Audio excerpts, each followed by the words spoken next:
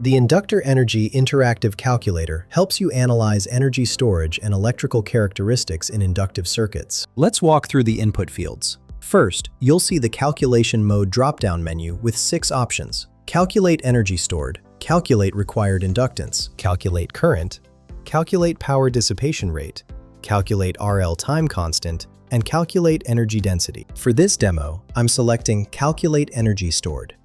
Below that, you'll find 7 input fields: inductance L in henries, current I in amperes, energy E in joules, voltage V in volts, resistance R in ohms, core volume in cubic meters, and current rate dI dt in amperes per second. For our example, I'll enter an inductance of 0.5 henries and a current of 3.2 amperes. After clicking Calculate, the results appear below. The primary result shows the energy stored in the inductor based on the classic half L I squared relationship.